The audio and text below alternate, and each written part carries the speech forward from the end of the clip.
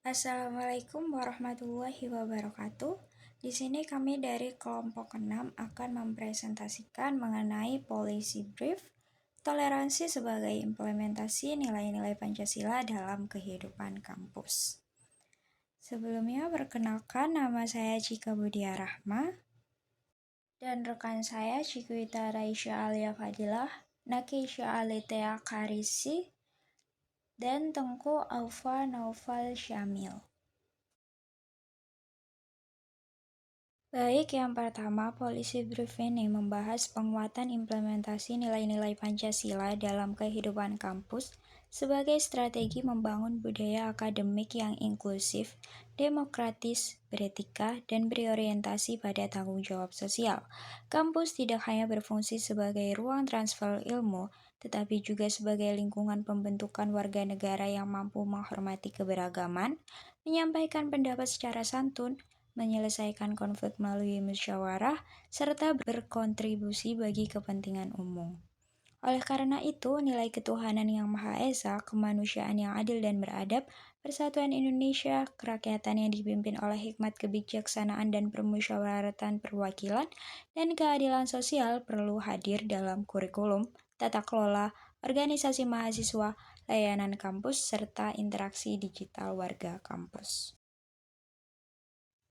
Hasil pengamatan terhadap dinamika kehidupan kampus menunjukkan bahwa internalisasi Pancasila masih menghadapi beberapa tantangan. Sebagian mahasiswa memahami Pancasila sebagai materi normatif, tetapi belum selalu menghubungkannya dengan perilaku sehari-hari. Masih dijumpai komunikasi yang kurang etis, kecenderungan eksklusif dalam pergaulan, rendahnya budaya dialog, serta kegiatan kemahasiswaan yang belum seluruhnya diarahkan pada gotong royong dan pengabdian. Jika kondisi ini dibiarkan, kampus beresiko kehilangan fungsi strategisnya sebagai ruang belajar demokrasi, laboratorium kebinekaan, dan tempat pembentukan karakter bangsa. Pokok masalah yang pertama, belum semua mahasiswa memaknai Pancasila sebagai pedoman perilaku harian di lingkungan akademik, organisasi, dan ruang digital. Kode etik, mekanisme perlindungan dan pembinaan karakter belum selalu terhubung dengan sistem evaluasi kampus. Yang ketiga, forum dialog dan musyawarah mahasiswa belum optimal sehingga aspirasi kerap tidak berkembang menjadi keputusan yang partisipasif. Terakhir, kegiatan kemahasiswaan masih perlu diarahkan agar lebih konsisten membangun solidaritas anti-diskriminasi dan tanggung jawab sosial. Rekomendasi inti, mengintegrasikan nilai Pancasila dalam pembelajaran PKKMB, organisasi mahasiswa, pengabdian masyarakat, dan layanan kemahasiswaan. Yang kedua, ada menyusun kode etik Pancasila kampus yang ringkas, mudah dipahami, adil, dan disertai kanal konsultasi serta perlindungan. Yang terakhir, membentuk forum musyawarah mahasiswa dan proyek aksi Pancasila sebagai wadah dialog, kolaborasi, literasi digital, dan pelayanan masyarakat. Baik, terima kasih. Saya akan melanjutkan dengan latar belakang dari policy brief ini. Pancasila bukan sekedar dasar negara secara hukum. Ia adalah pandangan hidup bangsa dan sumber nilai dalam kehidupan bermasyarakat, berbangsa, dan bernegara. Dalam konteks pendidikan tinggi, Pancasila menjadi fondasi bagi pengembangan ilmu pengetahuan yang terlepas dari etika, kemanusiaan, persatuan, demokrasi, dan keadilan sosial. Perguruan tinggi memiliki mandat yang jelas, yaitu membentuk mahasiswa agar menjadi manusia beriman, berakhlak mulia, berilmu, kreatif, mandiri, dan berbudaya untuk kepentingan bangsa. Mandat ini sejalan dengan Undang-Undang Nomor 12 Tahun 2012 tentang Pendidikan Tinggi yang menempatkan kampus sebagai wahana pembentukan insan akademik sekaligus warga negara yang bertanggung jawab. Namun, tantangan hari ini semakin kompleks. Perkembangan teknologi digital memperbesar kebutuhan akan penguatan karakter Pancasila di kampus. Mahasiswa hidup dalam arus informasi yang cepat, ruang komunikasi yang sangat terbuka, dan lingkungan sosial yang menjemuk. Kondisi ini membuka peluang kolaborasi yang luas, tetapi juga membawa risiko, yaitu ujaran kebencian, perundungan, intoleransi, polarisasi, hingga penyebaran informasi yang tidak bertanggung jawab. Karena itulah, kampus perlu membangun sistem yang membuat nilai Pancasila dialami secara nyata, bukan hanya diajarkan secara teoritis. Baik, saya akan melanjutkan dengan urgensi kebijakan dari policy brief ini. Mengapa kebijakan kampus soal Pancasila ini mendesak? Karena tanpa kebijakan yang jelas, implementasi Pancasila mudah berhenti sebagai slogan atau kegiatan seremonial belaka. Nilai-nilai Pancasila harus diterjemahkan menjadi suatu yang konkret, menjadi standar perilaku, kebiasaan organisasi, pola komunikasi, prosedur penyelesaian konflik, dan indikator pembinaan mahasiswa. Tanpa itu, program karakter akan berjalan sendiri-sendiri, tidak berkelanjutan, dan sulit diukur dampaknya. Kebijakan juga penting untuk memastikan bahwa setiap warga kampus memiliki pemahaman yang sama mengenai batas perilaku etis, serta mengetahui mekanisme perlindungan bagi korban kekerasan, diskriminasi, atau perundungan. Policy brief ini ditunjukkan bagi pimpinan perguruan tinggi, dosen, tenaga kependidikan, unit kemahasiswaan, organisasi mahasiswa, dan seluruh mahasiswa.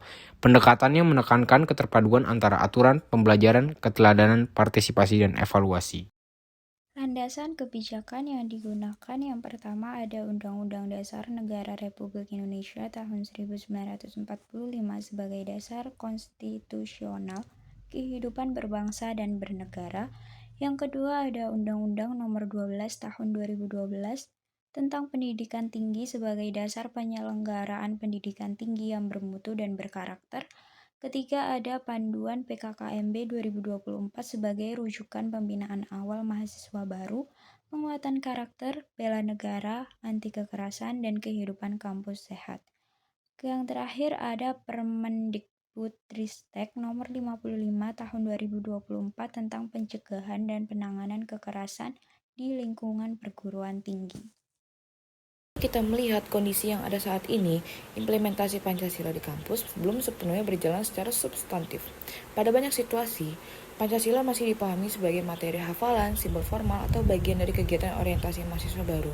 Belum dijadikan dasar pengambilan keputusan dan pedoman interaksi sehari-hari. Akibatnya, kehidupan kampus belum selalu mencerminkan dialog yang sehat, kepedulian sosial, dan penghormatan terhadap keberagaman. Persoalannya bukan karena mahasiswa tidak mengenal Pancasila, masalahnya adalah nilai-nilai itu belum diterjemahkan secara konsisten menjadi desain program, aturan perilaku, dan evaluasi kelembagaan. Pembinaan karakter pun sering ditempatkan sebagai kegiatan tambahan, sesuatu yang boleh ada, boleh tidak. Padahal nilai Pancasila akan jauh lebih kuat bila mahasiswa mengalaminya dalam kebiasaan kampus sehari-hari. Berdiskusi tanpa merendahkan, memilih pengurus organisasi secara demokratis, menyelesaikan perbedaan melalui musyawarah, membantu kelompok rentan, dan menjaga ruang digital yang aman. Temuan utama, integrasi nilai Pancasila dalam perkuliahan, PKKMB, dan kegiatan kemahasiswaan belum merata antar fakultas atau antar organisasi. Yang kedua, ruang dialog lintas kelompok belum cukup rutin, sehingga perbedaan pendapat mudah berubah menjadi prasangka atau konflik personal. Yang ketiga, etika digital masih perlu diperkuat karena grup komunikasi kampus dan media sosial sering menjadi ruang penyebaran sindiran, informasi tidak terverifikasi, dan ujaran yang diskriminatif. Yang terakhir, program pengabdian dan aksi sosial belum selalu menjadi bagian dari indikator keberhasilan organisasi mahasiswa. Baik, selanjutnya adalah keterkaitan nilai Pancasila dengan praktik kampus. Bagaimana sebenarnya nilai-nilai Pancasila itu seharusnya terwujud dalam kehidupan kampus sehari-hari? Sila pertama, ketuhanan yang Maha Esa seharusnya tercermin dalam sikap saling menghormati keyakinan, tersedianya ruang ibadah yang inklusif, dan dijunjung etika akademik. Bila ini lemah, yang muncul adalah diskriminasi, pemaksaan pandangan, atau eksklusivisme. Sila kedua, kemanusiaan yang adil dan beradab, seharusnya hadir dalam budaya anti perundungan, anti kekerasan, empati, dan perlindungan bagi korban. Bila lemah, yang terjadi adalah kekerasan simbolik, pelecehan, dan relasi yang tidak aman. Sila ketiga, persatuan Indonesia seharusnya terwujud dalam kolaborasi lintas organisasi, penghargaan terhadap kebinekaan, dan semangat gotong royong. Bila lemah, kampus akan diwarnai polarisasi, kelompok-kelompok tertutup, dan menurunnya solidaritas. Sila keempat, kerakyatan yang dipimpin oleh hikmat kebijaksanaan dalam permusyawaratan perwakilan yang seharusnya tampak dalam musyawarah kepemimpinan partisipatif dan pemilihan pengurus organisasi yang transparan. Bila itu lemah, yang terjadi adalah dominasi kelompok tertentu dan aspirasi mahasiswa yang tidak tersalurkan. Dan terakhir, sila kelima, yaitu keadilan sosial bagi seluruh rakyat Indonesia seharusnya diwujudkan melalui akses layanan yang adil, kepedulian pada mahasiswa rentan, dan kegiatan pengabdian masyarakat. Bila ini lemah, kesenjangan layanan dan rendahnya kepedulian sosial akan menjadi permasalahan nyata di kampus. Pengantar opsi. Untuk memperkuat implementasi nilai Pancasila di kampus, diperlukan pilihan kebijakan yang saling melengkapi. Setiap opsi dapat diterapkan bertahap sesuai kapasitas perguruan tinggi. Opsi yang pertama, integrasi Pancasila dalam perkuliahan dan PKKMB. Materi Pancasila dapat dipadukan dengan studi kasus kehidupan kampus, etika akademik, toleransi, kepemimpinan mahasiswa, anti kekerasan, dan pengambilan keputusan berbasis musyawarah. Opsi kedua, kode etik Pancasila kampus dan literasi digital.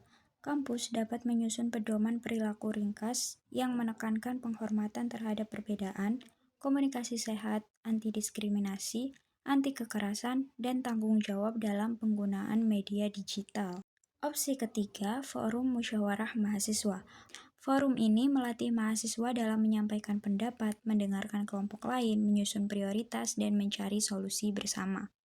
Opsi keempat, proyek aksi Pancasila. Mahasiswa didorong untuk membuat proyek nyata seperti pengabdian sosial, kampanye anti-diskriminasi, kegiatan gotong royong, mentoring sebaya, kelas literasi digital, dan pelayanan masyarakat. Lalu rekomendasi kebijakan. Berdasarkan analisis yang telah dipaparkan sebelumnya, rekomendasi utama Policy Brief ini adalah membentuk budaya kampus Pancasilais melalui penguatan aturan, partisipasi, dan aksi nyata mahasiswa.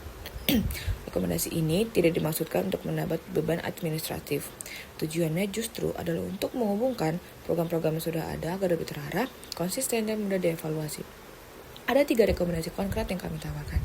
Pertama, kampus perlu menyusun kode etik Pancasila kampus yang ringkas, mudah dipahami, dan berlaku bagi seluruh warga kampus. Kode etik ini memuat prinsip penghormatan terhadap perbedaan, anti diskriminasi, etika komunikasi, tanggung jawab digital, serta perlindungan dari kekerasan.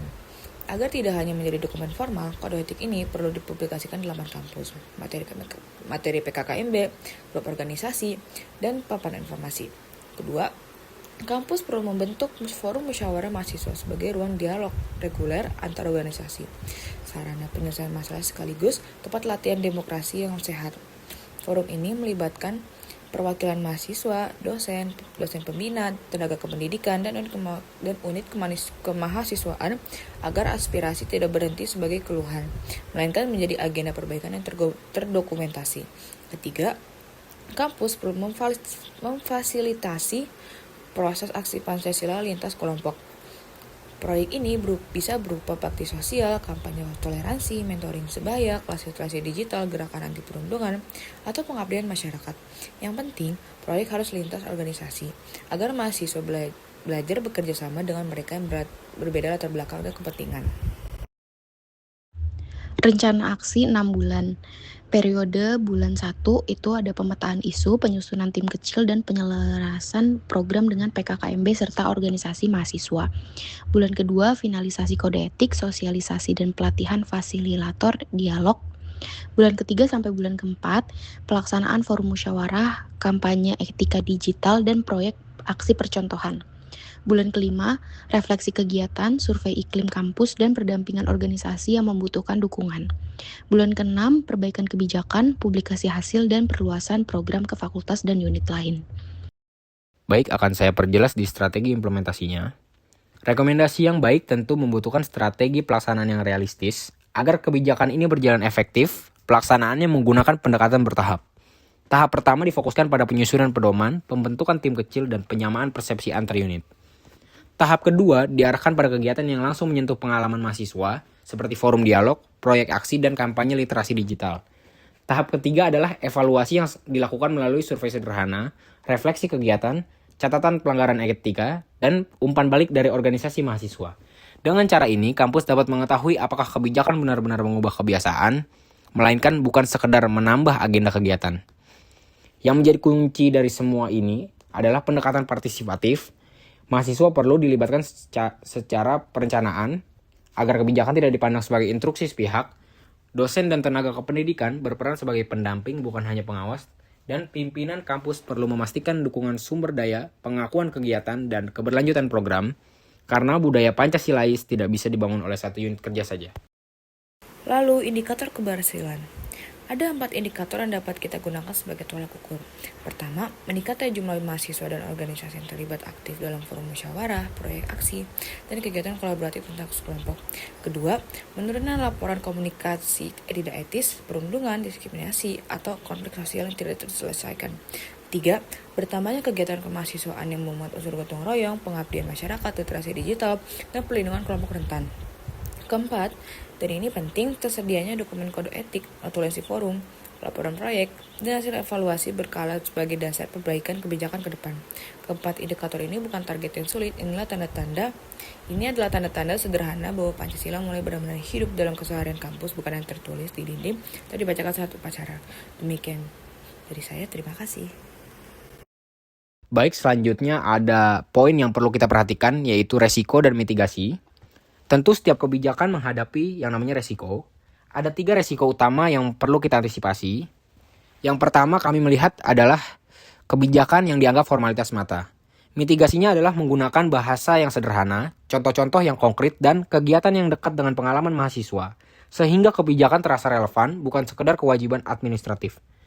Resiko kedua adalah forum dialog dikuasai oleh kelompok tertentu. Mitigasinya menurut kami adalah menetapkan aturan partisipasi yang jelas, melakukan rotasi fasilitator, dan memastikan keterwakilan lintas organisasi agar semua suara benar-benar didengar. Resiko ketiga adalah program berhenti setelah kegiatan awal. Ini resiko yang paling umum terjadi. Mitigasinya adalah memasukkan indikator Pancasila ke dalam evaluasi organisasi mahasiswa, sistem penghargaan kegiatan, dan rencana kerja tahunan unit kemahasiswaan, sehingga program ini memiliki dasar keberlanjutan yang kuat. Yang terakhir ada penutup. Implementasi nilai-nilai Pancasila dalam kehidupan kampus merupakan kebutuhan strategis untuk membentuk mahasiswa yang cerdas, berkarakter, dan bertanggung jawab sebagai warga negara. Pancasila harus hadir dalam cara mahasiswa berdiskusi, berorganisasi, menyelesaikan konflik, menggunakan media digital, menghargai perbedaan, dan memperjuangkan keadilan bagi sesama warga kampus. Kampus yang Pancasilaisis bukan kampus yang hanya memasang slogan, tetapi kampus yang membangun sistem kurikulum yang reflektif, kegiatan kemahasiswaan yang inklusif, forum demokrasi yang sehat, layanan perlindungan yang responsif, serta evaluasi yang terukur. Langkah awal yang paling realistis adalah menyusun kode etik ringkas, membuka forum aspirasi mahasiswa, dan membuat proyek aksi Pancasila lintas kelompok. Jika dilakukan konsisten, kampus dapat menjadi ruang belajar demokrasi, ruang tumbuh karakter, dan miniatur masyarakat Indonesia yang beradab. Dengan demikian, Pancasila tidak dipahami sebagai materi, tetapi menjadi kebiasaan hidup yang terlihat dalam perilaku warga kampus. Jadi, melalui Polisi Brief ini, kami ingin mengingatkan bahwa Pancasila perlu dijadikan kebiasaan, bukan hanya materi. Ukuran keberhasilan terletak pada perubahan perilaku warga kampus, yaitu lebih etis dalam berkomunikasi, lebih terbuka terhadap perbedaan, lebih demokratis dalam berorganisasi, dan lebih peduli terhadap keadilan sosial. Sekian dari kelompok kami. Wassalamualaikum warahmatullahi wabarakatuh.